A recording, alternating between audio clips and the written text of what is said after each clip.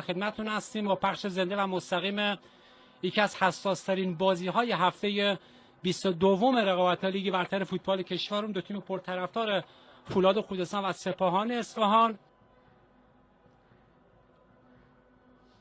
این ارسال انجام میشه کوتاه، تیر اول فرصت داره فولاد خوزستان و توپی که گل نشد توسط رافائل مسی.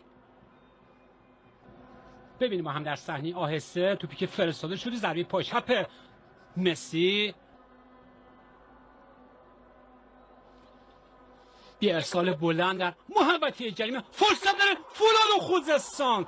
چه توپی تبدیل به گل نشد و توپی که در نهایت از کنار دروازه نیازمند راهی اوت شد. خیلی خاصی نداشته باشم. ببینیم ما هم در صحنه آهسته ارسالی که انجام شد و توپی که بدین شکل دهانه دروازه نتونست تبدیل به گل کنه. دو رقیب یه پاس برای مهرداد محمدی، فرصت برای سپاهان. ببینیم با هم در صحنه آهسته مرادیان به خاطر محرومیت تمامی نفرات تیمش رو در اختیار داره. مسی حرکت قشنگی، بازیکن 3 در مقابل 3، یه موقع در فولاد داره مهیا میشه حسن بتسعید، فرصت برای فولاد و حسن بتسعید توسط نیازمند اونجا تو ببینیم. ببینیم هم در صحنه آهسته بابک مرادی رها کرد برای آکوچی، فرصت برای گل برتر فولاد خوزستان. خوششانس هستن دروازه‌شون باز نشد. ببینیم با هم در صحنه آهسته چقدر خوششانس نیازمند و سپاهان. پلیس با سپیدرو در رشت و استقلال تهران با نساجی در تهران. موقع در زرپوشان سپاهان و مهرداد محمدی و باز هم واکنش ناصر سالاری اونجا اجازه نداد که دروازه‌اش باز بشه. ببینیم ما هم در صحنه آهسته عبور کرد از ایوب والی و اما باز هم منجی دروازه‌اش شد. در حضور حالا میشه گفت که 25,000 تماشاگر مشتاق برگزار میشه. فرصت برای سپاهان اصفهان. جای مسابقه است، دو تیم بازی جذاب و قشنگی رو شاهد بودیم. ببینیم با هم در صحنه آهسته چه اشتباهی کرد اونجا کوروشی و خود کریمو.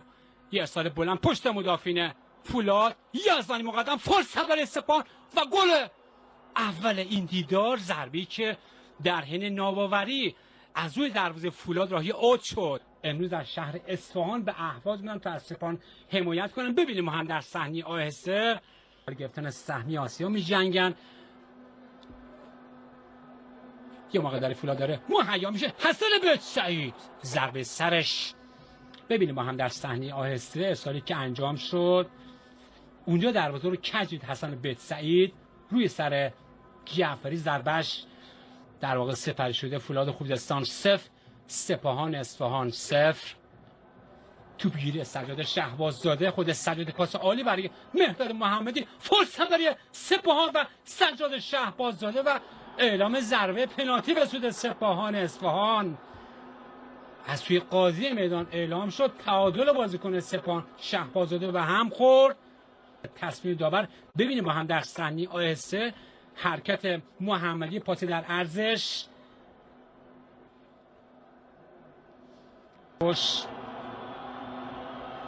حالا طرفداران فولاد قصد دارن که تمرکز بازیکن رو به هم بزنن، ضربه‌شو میزنه و توی دروازه. حالا اولین گل این مسابقه برای سپاهان توسط کروش استنلی سوارز از اون نقطه پنالتی اونجا به ثمر میرسه و دروازه ناصر سالاری باز میشه. سپاهان اصفهان 1 فولاد خوزستان 0. نفسی به راحتی میکشه آقای امیر قلنویی. اینم خوشحالی اندک طرفداران سپاهان حاضر در ورزشگاه شهدای فولاد خوزستان. بهت و حیرت فرا میگیره مشتاقان فولاد رو در ورزشگاه. ببینیم ما هم در صحنه آهسته اونجا اثر گذاشت رو ناصر سالاری، اما ضربه کروش اینقدر محکم بود که نتونست کنترل کنه. خود لوسیانو میکنه برای مهدی زبیدی، یه ارسال، فرصت برای فولاد خوزستان و ضربه از رضا میرزایی. اونجا دروازه رو باز میکنه حسن بتسعید و گل مساوی فولاد خوزستان توسط حسن بتسعید زده میشه. ببینیم ما هم در صحنه آهسته ضربه قشنگ و روپای حسن بتسعید، ارسال صابر هردانی و توپی که بدین شکل دور از دستان نیازمند تبدیل به گل شد. حسن بیت سعید، یک و دو با میرزایی، موقع داره فولاد، پریرا فرصت داره، گل دوم فولاد خوزستان. یه بار دیگه موقعیت، رضا میرزایی. در کمتر از 5 دقیقه تا پایان این دیدار حرکت قشنگ مهداد محمدی، خود مهداد میزنه ضربه‌شو مهداد محمدی و تیرک افقی دروازه اونجا منجی دروازه فولاد خوزستان شد. ببینیم ما هم در صحنه آیسه توپی که بدین شکل اونجا خورد به تیر افقی دروازه و از بالای دروازه فولاد خوزستان